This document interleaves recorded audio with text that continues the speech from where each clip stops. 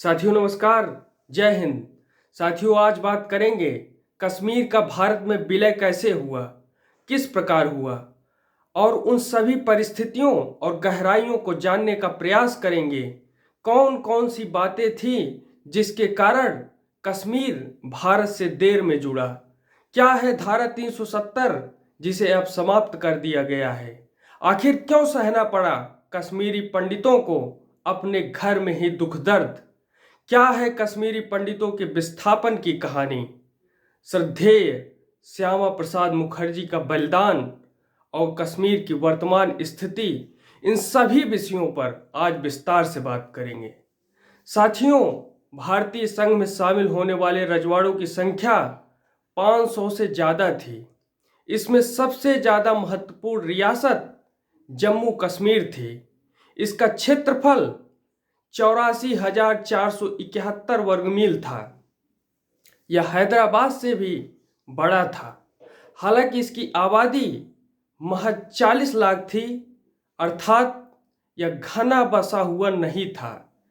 इस रियासत की खासियत यह थी कि यहाँ बहुत ही सांस्कृतिक विविधता भरी हुई थी। अगर हम जम्मू की बात करें तो जम्मू क्षेत्र पंजाब से सटा हुआ है और यहाँ छोटी छोटी पहाड़ियाँ हैं और काफ़ी कृषि योग्य जमीन है। जम्मू में अधिकांश जनसंख्या हिंदुओं की है। अगर कश्मीर घाटी की बात करें तो यह पूरे देश की खूबसूरत जगहों में एक माना जाता था और इसका झील और इसकी ढलानें पर्यटकों के लिए आकर्षण का केंद्र था। कश्मीर घाटी के पूर्व में लद्दाख की चोटियां हैं जिसकी सरहदें तिब्बत को छूती हैं। यहाँ के अधिकांश लोग बौद्ध हैं। इसके पश्चिम का इलाका गिलगित और बाल्टिस्तान है। यहाँ के अधिकांश लोग मुसलमान हैं। ये हुई जम्मू कश्मीर की भौगोलिक स्थिति। अब तत्कालीन स्थिति के बारे में जानते हैं। सन 1947 में कश्मीर के महाराजा हरि सिंह थे। वह सितंबर 1925 में कश्मीर के गद्दी पर बैठे थे। उनका अधिकांश समय मुंबई के बम्बई के रेस कोर्स में और अपनी रियासत के घने जंगलों में शिकार पर बिताया करते थे। कुल मिलाकर यह कह सकते हैं कि वे अपने में ही व्यस्त रहने वाले आदमी थे। जब अंग्रेज यहाँ से गए, भारत को आज़ादी मिली, तो कश्मीर की जो स्थिति थी, महाराजा हरि सिंह के चाटुकार दरबारियों और दीवानों ने हरि सिंह के दिमाग में यह बात भर दी, चूंकि कश्मीर की सीमा हिंदुस्तान और पाकिस्तान दोनों से मिलती है, इसलिए वे आज़ाद रखकर दोनों ही तरफ से लाभ की स्थिति में रहेंगे। और इसलिए राजा हरि सिंह के दिमाग में आज़ादी का ख्याल वहीं से बनना शुरू हो गया। इधर हरि सिंह का धुर विरोधी एक मुसलमान शेख अब्दुल्ला जन समर्थन हासिल कर रहा था। शेख अब्दुल्ला महाराजा हरि सिंह के खिलाफ आवाज बुलंद कर रहा था। बाद में शेख अब्दुल्ला के द्वारा हो रहे विरोध प्रदर्शन और उनकी गतिविधि के कारण हरि सिंह ने राज्य में मार्शल लॉ लागू कर दिया और राजद्रोह के जुर्म में अब्दुल्ला को 3 साल की सजा भी सुना दी। 15 जुलाई 1946 को महाराजा ने बयान दिया। महाराजा ने कहा कि कश्मीर बिना किसी बाहरी हस्तक्षेप को स्वीकार करते हुए अपने भाग्य का फैसला खुद करेगा। फिर इस बयान के बाद बातचीत का दौर शुरू हुआ। माउंटबेटन ने शुरुआत की। माउंटबेटन गए राजा हरि सिंह से मिलने कि उनका मन जांचने के लिए कि उनका मन कहाँ जा रहा है। तो महाराजा ने बहाना मार दिया कि उनके पेट में दर्द है, वो मुलाकात नहीं कर सकते। और यही पेट दर्द फिर सिर दर्द बनना शुरू हो गया। उसी दरमियान राजा हरि सिंह के एक नुमाइंदे ने एक बयान प्रस्तुत किया। उसने कहा, लगातार उड़ रही अफवाहों के बावजूद हमारा भारत में या पाकिस्तान में शामिल होने का इरादा नहीं है। सिर्फ एक ही चीज़ हमारी राय बदल सकती है, वो ये है कि अगर दोनों देशों में से कोई भी हमारे खिलाफ शक्ति का इस्तेमाल करता है तो हम अपनी राय पर पुनर्विचार करेंगे। क्या कहा? उसने कहा कि अगर दोनों देशों में से कोई भी हमारे खिलाफ शक्ति का इस्तेमाल करेगा तो हम अपनी राय पर पुनर्विचार करेंगे। इन शब्दों के बोले जाने के महज 2 सप्ताह बाद कई हजार हथियारबंद लोग पाकिस्तान की तरफ से जम्मू कश्मीर की जो स्थिति थी उसके उत्तर दिशा से हमला शुरू कर दिए। जिहाद के नाम पर हत्याएं की जाने लगी, हिंदुओं के घरों को लूटा गया, उनकी बहन बेटियों के साथ अभद्रता और बलात्कार की घटनाएं सामने आई। और उस समय कुछ स्थानीय मुस्लिम सोच रहे थे कि चूंकि ये हमलावर कबीलाई पाकिस्तान से आए हैं इसलिए इनका भी मजहब इस्लाम है, ये हमें नुकसान नहीं पहुंचाएंगे। लेकिन ऐसा हुआ नहीं। जिहाद के नाम पर पाकिस्तान की तरफ से आए हमलावरों ने कश्मीर के मुसलमानों का घर लूटा और उनकी बहु बेटियों के साथ अभद्रता और बलात्कार का घटनाएं सामने आई। इससे साफ हो गया कि पाकिस्तान की नीयत क्या है।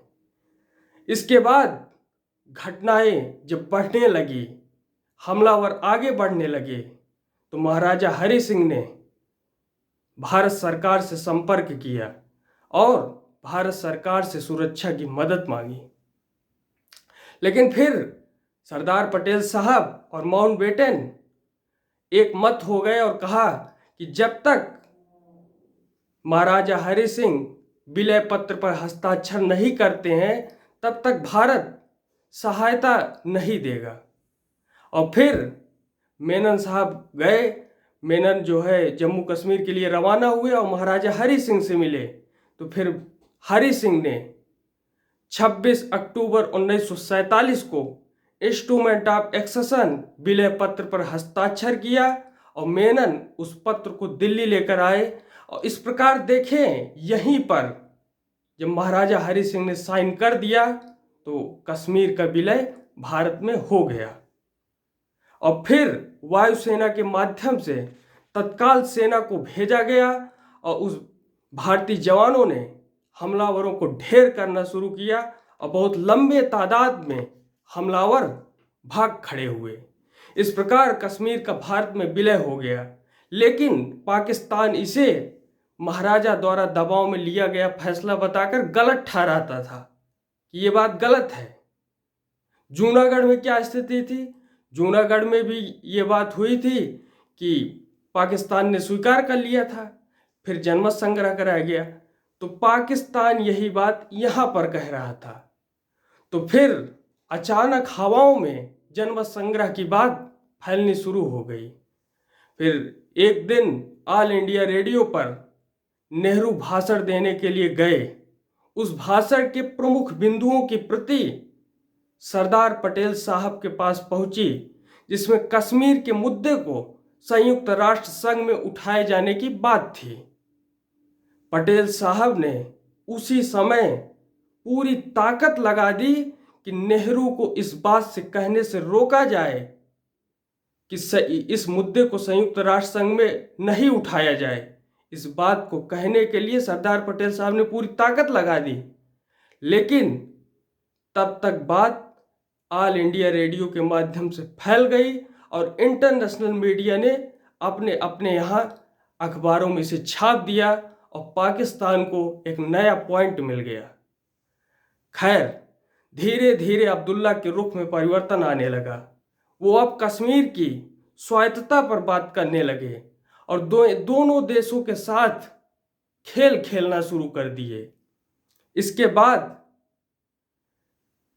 शेख अब्दुल्ला के रुख को देखते हुए कश्मीर की स्थिति को नियंत्रित करने के लिए धारा 370 का टेम्परेरी प्रोविजन बनाकर कश्मीर को अलग झंडा और अलग विधान बनाने की अनुमति दे दी गई।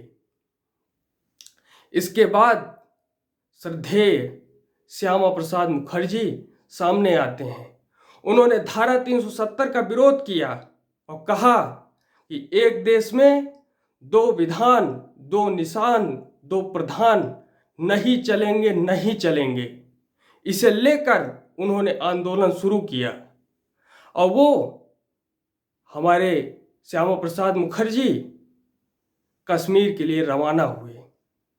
जम्मू कश्मीर सरकार ने राज्य में प्रवेश करने पर श्रद्धेय मुखर्जी को 11 मई 1953 को हिरासत में ले लिया और इसके कुछ ही समय बाद 23 जून 1953 को जेल में उनके रहस्यमयी तरीके से मौत हो गई।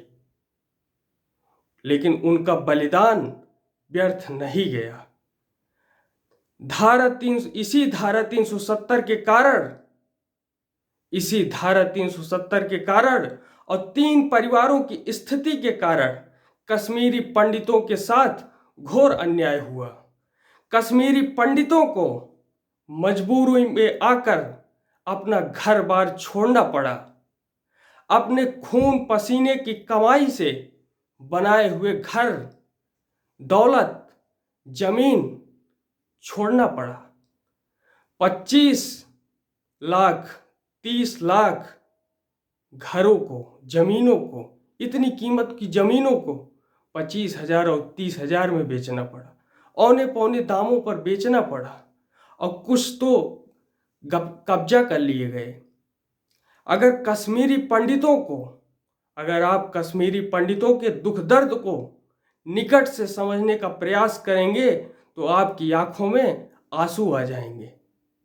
साथियों, 5 अगस्त 2019 को जम्मू कश्मीर पुनर्गठन अधिनियम पेश किया गया, जिसमें धारा 370 को हटाने की बात कही गई और जम्मू कश्मीर और लद्दाख को 2 केंद्र शासित क्षेत्र के रूप में प्रस्ताव लाया गया और यह प्रस्ताव पारित हो गया है।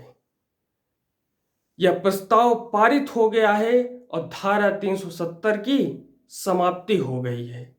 हम सभी भारतवासी एक स्वर से प्रधानमंत्री श्री नरेंद्र मोदी और गृह मंत्री श्री अमित शाह जी को अन्यायी धारा 370 की समाप्ति हटाने के लिए लाख लाख बधाइयां और शुक्रिया अदा करते हैं।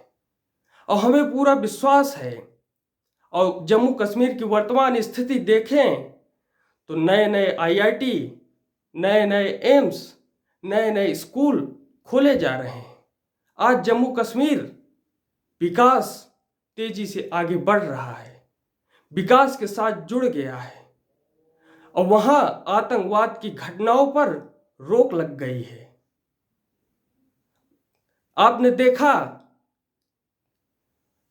देखा कि जब कुछ आतंकवादी कश्मीर को छेड़ने का प्रयास किए तो आपने देखा कि सर्जिकल स्ट्राइक और एयर स्ट्राइक के माध्यम से उनको समाप्त कर दिया गया। हजारों कैंपों को ध्वस्त कर दिया गया। इसलिए एक बात तो बिल्कुल साफ है कि कश्मीरी भाई बहनों को कोई छेड़ेगा तो भारत के लोग उसे छोड़ेंगे नहीं। इसी के साथ आप सभी को प्रेम पूर्वक धन्यवाद। जय हिंद।